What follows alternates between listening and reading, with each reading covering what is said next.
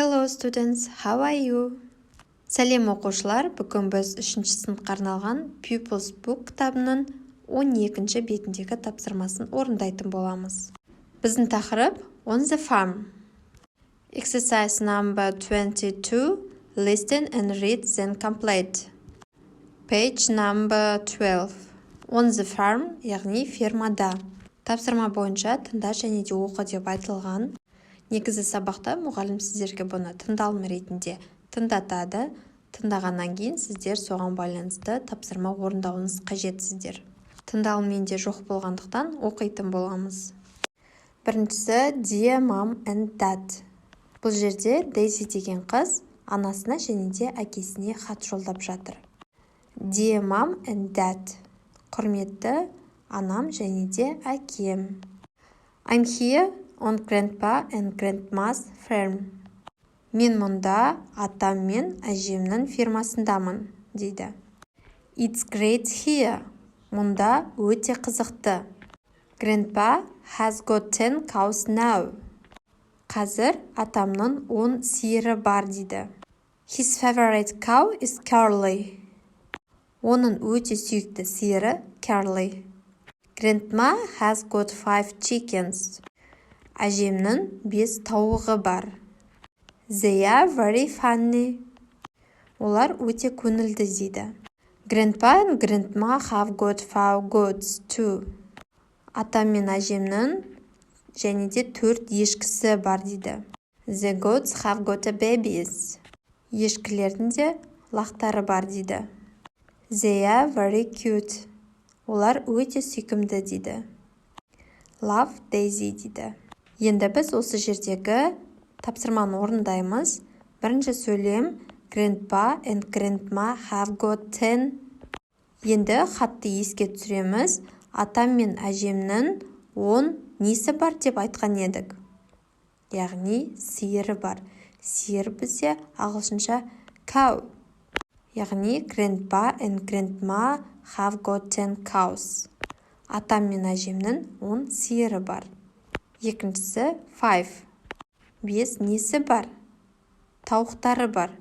5 chickens. And 4 несі бар? Яғни 4 несі бар? Goats. Үйрек. Grandpa and Grandma have got 10 cows, 5 chickens and 4 goats. Атам мен әжемнің 10 сиыры бар, 5 тауығы бар және де 4 ешкісі бар. Келесі жаттығу exercise number 23. Look and say, then write. Қара, айт, одан кейін жаз. Яғни сөйлемдерге біз this, that, this, those деген сөздерді қоюымыз қажет.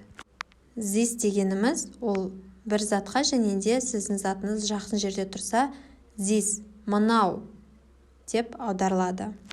Зат қашан қолданады? Зат аудармасы анау, егер сіздің затыңыз алыс жерде және де біреу болса. This қашан қолданамыз? Егер сіздің затыңыз бірнеше болып жақын жерде тұрса.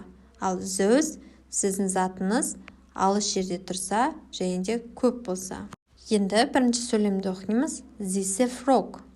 Мынау құрбақа. Бұл яғни жақын жерде орналасқан және де бір зат. Енді екінші сөйлемге біз қайсын қоямыз, яғни бұл жерде көпше түрде жазылған a goats, ешкілер. Ешкілер бізде алыс тұрғандықтан және де көпше тұрғандықтан those are goats. Анау ешкілер.